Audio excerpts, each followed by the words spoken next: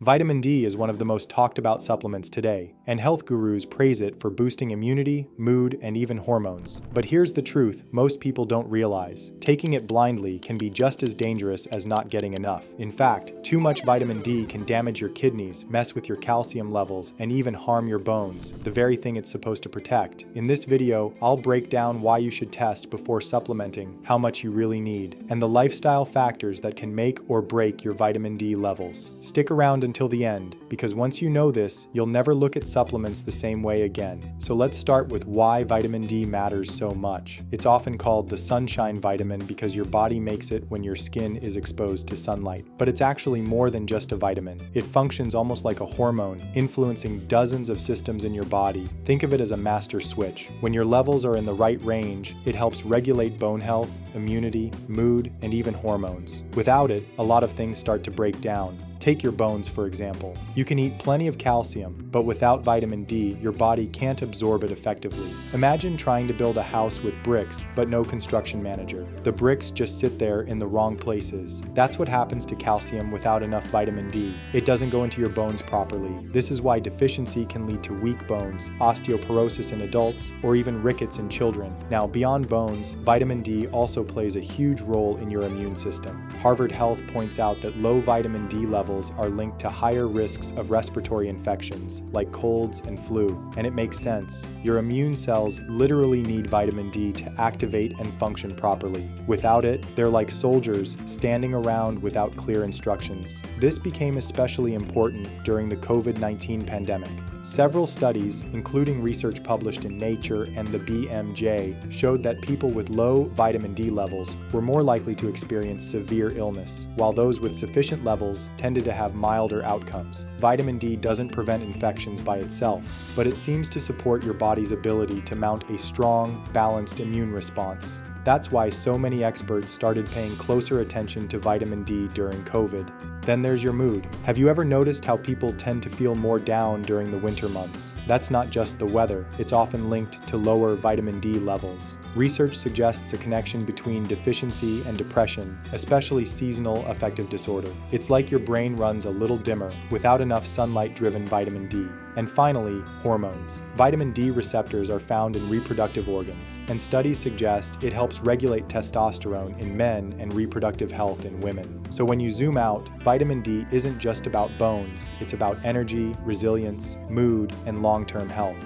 Now here's something really important. Many doctors prescribe high dosages of vitamin D, often 5,000 or even 10,000 IU per day. For people with severe deficiencies, autoimmune conditions, or absorption problems, these doses can be life-changing. They can bring blood levels up quickly and help restore health. But here's the scary part. Those same doses can be harmful for someone who already processes vitamin D efficiently. Genetics, liver function, kidney health, and even how much sun you naturally get all affect how your body uses vitamin D. So two people taking the same 10,000 IU daily could end up with completely different results. One correcting a deficiency, the other heading straight toward toxicity. This is why testing your levels before following a high-dose protocol is absolutely critical. But here's the tricky part. While deficiency is a real problem, affecting roughly 1 in 3 people worldwide, going overboard can be just as dangerous. Let's talk about the risks of deficiency first, and then the dangers of taking too much. Signs of low vitamin D can show up in sneaky ways: fatigue, frequent illness, bone or muscle pain, and even low mood. Certain groups are at higher risk. People with darker skin tones, because melanin reduces skin's ability to produce vitamin D from sunlight.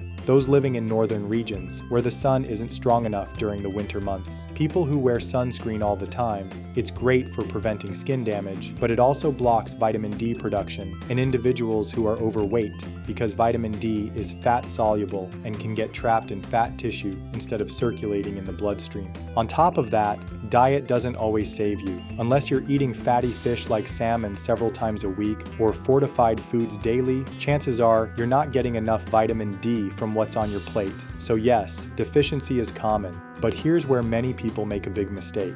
They jump straight to high-dose supplements without checking if they actually need them. And that's risky because vitamin D is fat-soluble, meaning it builds up in your body. Unlike water-soluble vitamins such as vitamin C, where extra amounts are flushed out, excess vitamin D can stick around and cause real damage. Too much vitamin D increases calcium absorption, and when calcium levels get too high, it doesn't just strengthen your bones, it can actually end up depositing in your arteries, your heart, and your kidneys. That's when problems like kidney stones or even long-term kidney disease show up. The Mayo Clinic warns that vitamin D toxicity can cause nausea, vomiting, weakness, and serious complications if left unchecked. So in short, both too little and too much vitamin D can harm you. This is exactly why testing your levels first is so important. You wouldn't start taking blood pressure medication without checking your blood pressure, right? The same logic applies here. The test you need is called 25-hydroxyvitamin D, sometimes written as 25-OHD. It's a simple blood test, available at most clinics or even through at-home kits. Here's how the numbers break down. If your level is below 20 nanograms per milliliter, you're considered deficient. Between 20 and 30 is insufficient. Not terrible, but still not optimal. The sweet spot most experts recommend is between 30 and 50. Anything above 100 is considered potentially toxic. Knowing your number is like having a compass. It shows you whether you need to supplement, and if so, how much. Now, if supplementation is needed, not all vitamin D is the same.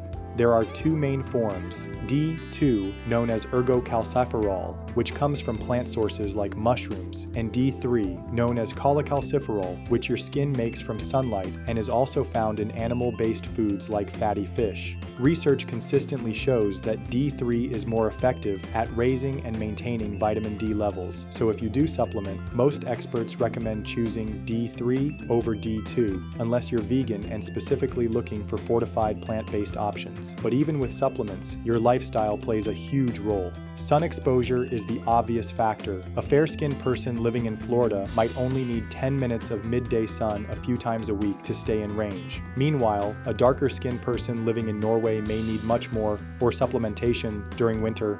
Latitude and season matter a lot. Above 37 degrees latitude, winter sunlight isn't strong enough to trigger vitamin D production at all. And then there's sunscreen. SPF 30 can reduce vitamin D synthesis by as much as 95%.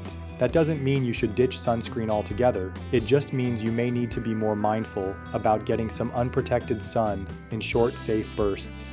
Diet is another piece of the puzzle. Foods like salmon, mackerel, egg yolks, and fortified dairy can help, but realistically, most people don't get enough from food alone.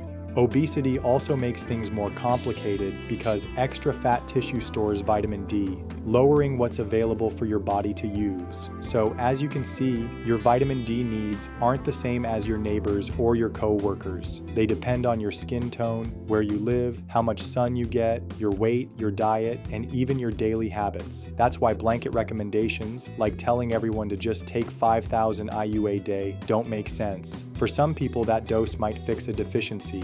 For others, it could slowly push them into dangerous territory. The key takeaway here is simple: don't guess, test. A single blood test can save you months or even years of guesswork, and more importantly, protect you from the risks of both deficiency and overdose.